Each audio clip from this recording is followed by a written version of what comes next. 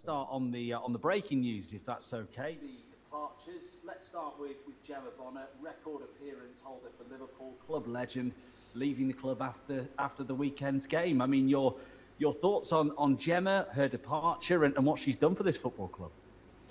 Yeah, I think fantastic servant for Liverpool Football Club.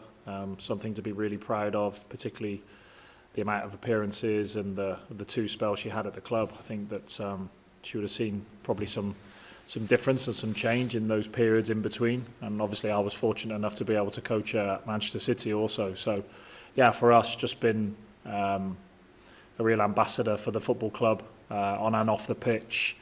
And yeah, she goes with our best wishes because she's given a lot to the club. And, we really appreciate everything that she's done on and off the pitch to drive this club forward. Had a lot of success and has obviously had a real big effect on a lot of people. And I think that certainly the younger generation, she'll be able to tell some stories from kind of when she was starting out as a pro in the game, when it would have been relatively very much semi-pro.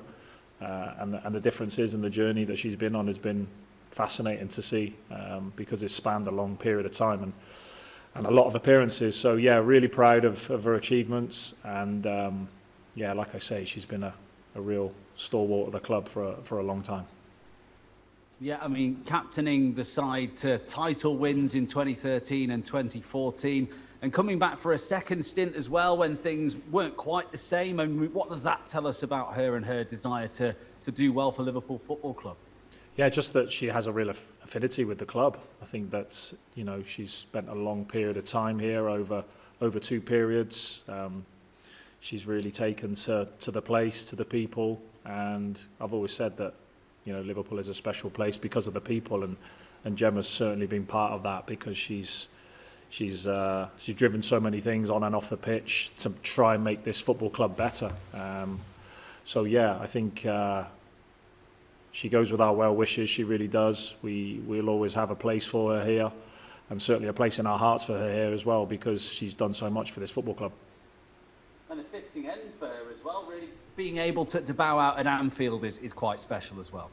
Yeah, just did really well. That tells you everything about Gemma. The fact that she's really pushed, probably ahead of schedule, to get back from her injury, to be ready for this game and to be in contention. So, yeah, that's got to be nice, and I think it's just rewards for someone who's done so much for the football club. And Gemma Evans departing as well. It's been announced today. Your thoughts on that departure? Yeah, I mean, Gemma, again, another good servant to the club in a different way to Bonds, but I think that, really good girl to work with. I think that she's been a real positive for the team and certainly for the dressing room. I think she's really, really well liked, and you can see why, because she's a top-class girl to work with, and she brings a level of maturity and experience to the team. But of course, we in our planning and our looking to move forward, we're always trying to improve and get better. And there's obviously going to be some comings and goings. And again, Gemma goes with our thanks for what she's done for this football club. I think that she's made a real positive impact at the club, both on and off the pitch. Been fantastic to work with, and is a real top professional. Just briefly on last weekend, obviously a really sort of disappointing way to end the season in a way. What's it been like on the training ground this week? Obviously preparing for the final game, but sort of knowing you got so close to an FA Cup final at Wembley. Yeah, it's been a tough kind of reset, but the girls do reset really well here. I think that there would have been some frustration, some anger, some regret. We certainly felt in that second half that things didn't go our way. I know I spoke on the actual day about the level of consistency from the referee, and things can look slightly different, and it was a bit of a cruel way for us to bow out of the competition. We gave it our best. We underperformed in the second half, there's no doubt, completely in contrast with what we did in the first half. But I think certainly when we came back together and reviewed the game, we certainly spoke about the season as a whole and the second half of the season, and obviously the FA Cup starts in the second half of the season, and the difference in and level of performance and level of results in the second half of the season has been very good. To get to an FA Cup semi-final, although we're disappointed not to make that big step, there's things to be there's things to be praised about, and I certainly think our league form as well. So I think some of the positives we showed at our review was first half of the season league standing, second half of the season league standing, and certainly the form. Outside of the two Manchester clubs, Chelsea and Arsenal, we were fifth in the table for points return. Interestingly, West Ham were right behind us because they've had a really decent run of late. So I think that shows we're going in the right direction, and I think the girls really appreciated that. They could certainly see that the second half of the season has been way more positive than the first one, and we understand why the first one was what it was. We had a lot to deal with, a lot to contend with on and off the pitch. We weren't ready. And that's being brutally honest. We weren't ready. A lot of things happened very, very late. We suffered with a lot of injuries, a lot of other things to deal with that really made things really, really difficult for us. And in the WSL, you can't really get a slow start or be slow to the table because other teams were growing and improving. And that's the thing. We need to look at the second half of the season, see it as a real positive that there's been really good progress. But now is the time to really kick on. We want to finish on a positive tomorrow against a good team. But there's a lot of work to be done in the summer because we need to make sure that we learn from these things and are ready to improve and take this fantastic football club back up to where it belongs. Yeah, funny you mentioned the summer there. I was just going to come on to that actually, because you had a quite a busy winter transfer window. Are you expecting a similarly busy summer? And like you say, do you have to sort of learn lessons from last summer? Whether or not it was entirely in your control, you tell me, but were there lessons to learn from how you sort of prepared for the first game of last season? Yeah, I think there's lessons to be learned for sure, but there were circumstances behind it. Obviously, the lateness of us coming into the building, of Rob Clarkson, the head of recruitment, coming into the building. He came even after us. So you're already really late to the table. The transfer window was closing. And I've said it before, we lost two top-class players, two of our best players in Liv and Taylor, who obviously will come up against tomorrow.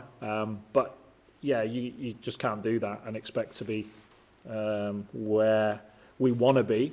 And then, of course, on top of that, we had everything thrown at us you could possibly imagine on and off the pitch.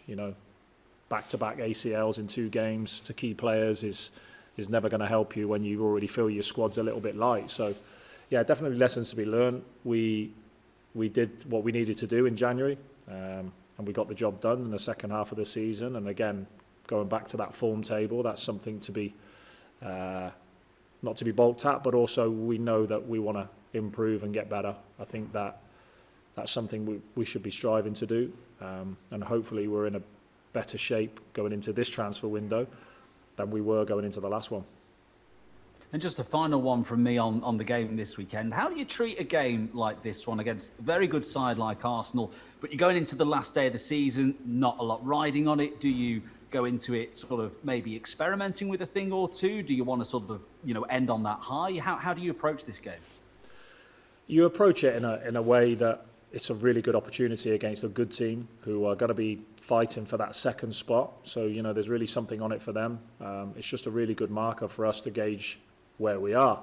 You kind of feel that you don't really want this season to end because of the good form in general we've had of late. I know that we've been frustrated with a couple of our results over the last 3 games.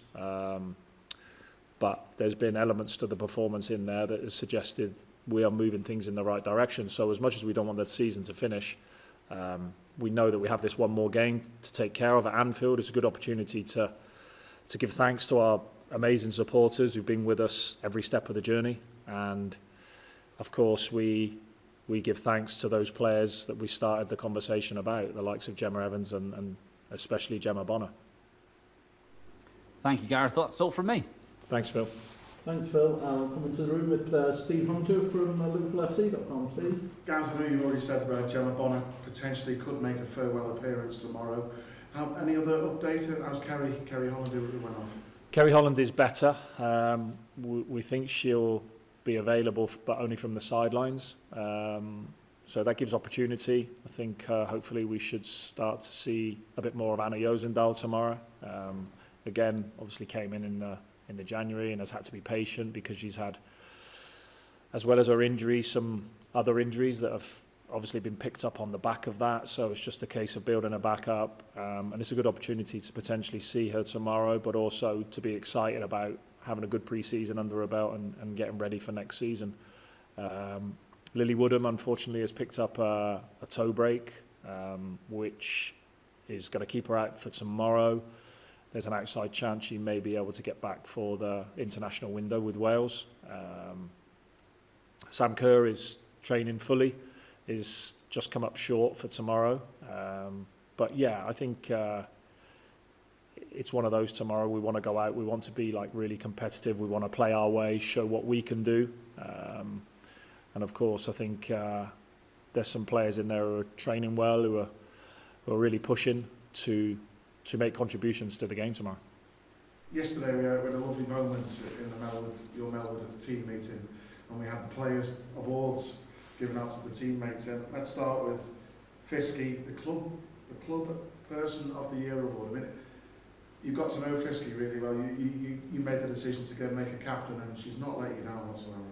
No, and not only that, has also really stepped up into the role and in probably the most challenging circumstances you could ever dream of.